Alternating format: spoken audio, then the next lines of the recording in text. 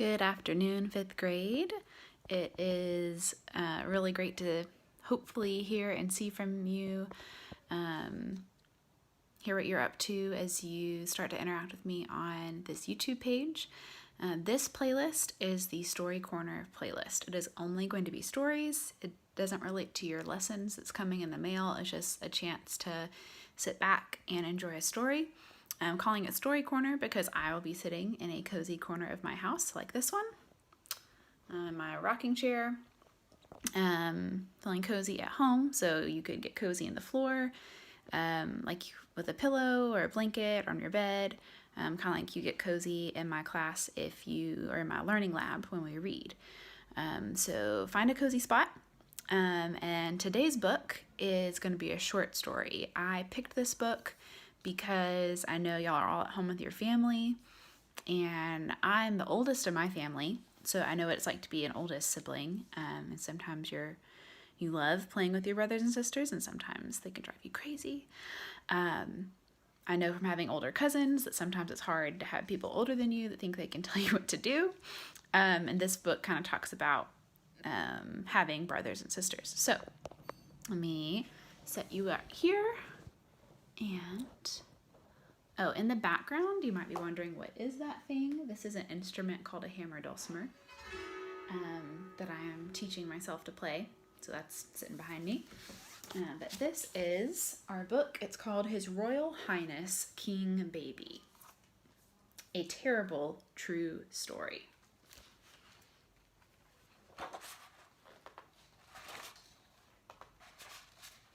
Once upon a time, there was a happy family. Make sure you can see. There we go.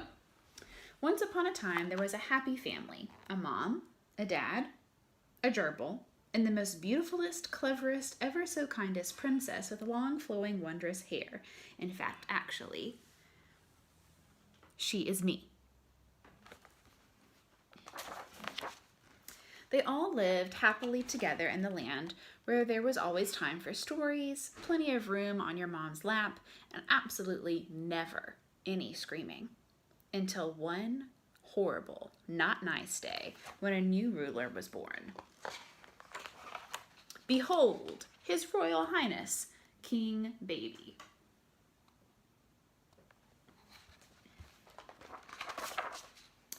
No sooner had the baby arrived then suddenly there was no talk in all the land except such a nice big burp and, oh, what a lovely poo-poo. Gross. Completely nonstop all the time. It came to pass that the baby, instead of going away, only grew fatter, and even fatter still. He got a tooth and a bit of hair, and after a whole entire year of his wicked rule, the tragical day arrived.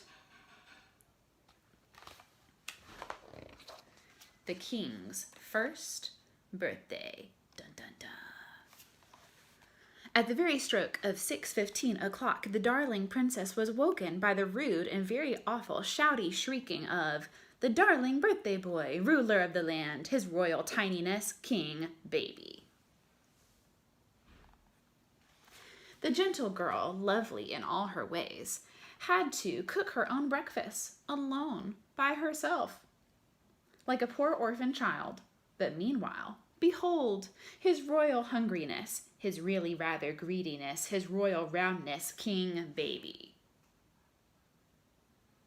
I remember my dad waking me up when I was a kid to make breakfast for my brother and sister, and I would get really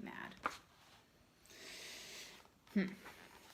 After breakfast, the cruelly mistreated princess hardly even got a turn in the bathroom. But meanwhile, behold, his royal clean and sparkliness. What a smelly King Baby.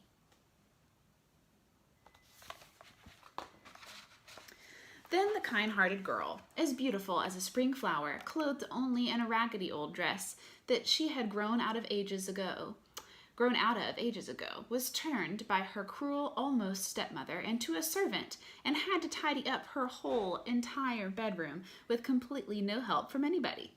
But meanwhile, behold, Majesty Boy, such a sight to see, his almost perfectness, King Baby.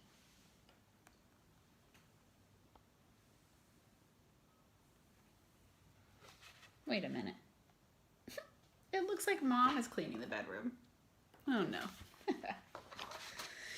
Next, the tender girl of such delicate, dainty feet was made to march all around the shops, carrying a bag that was so enormous her arms almost fell off.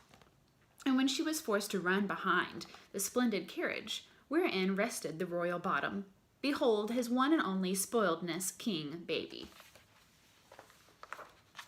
From far and wide, at last, the royal guest arrived. His lordships, her ladyships, and their grandpa and grandma-ships, his uncle-ships, her auntie-ships, and even their furry pet-ships.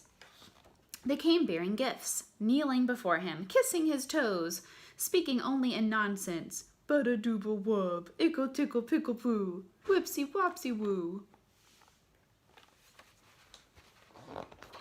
The whole land was under an enchantment. She had become an invisible girl in her own home. What could the poor innocent princess do? The princess knew exactly. She would come to the party disguised as a mysterious fairy with a magic wand, a big, very magical nose, and a cunning plan. It was time to break the spell. She would tell all the land the terrible, true story. The mysterious fairy took a deep breath.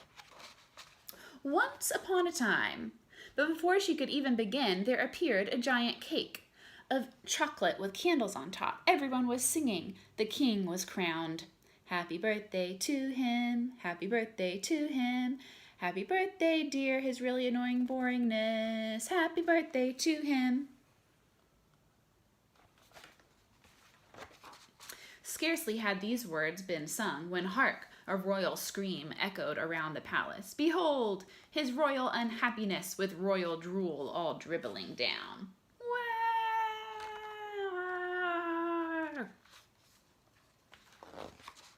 His lordships, their ladyships, their grandpa and grandma-ships, his uncle-ships, her auntie-ships, and even their furry pet-ships swooped and dabbed and wiped and mopped. Oh dear, they cried.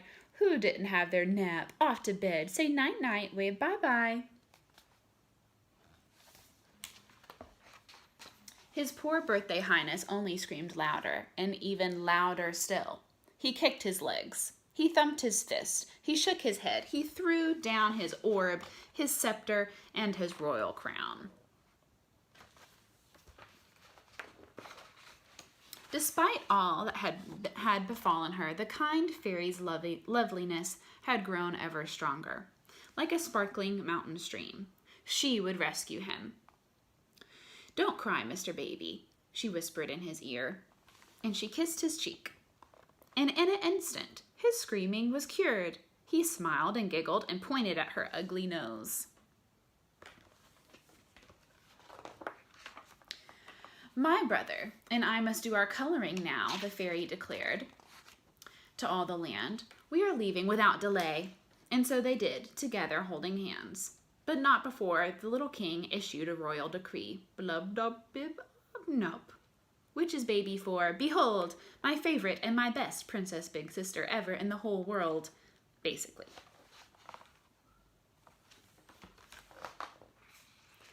And the end of the story is, they lived happily ever after. The end. A mom, a dad, a gerbil, a brother, and the most beautifulest, cleverest, ever so kindest princess big sister with long, flowing, wondrous hair. P.S. The king was too little to eat his birthday cake, so out of the goodness of her heart, the princess ate his piece for him. The end.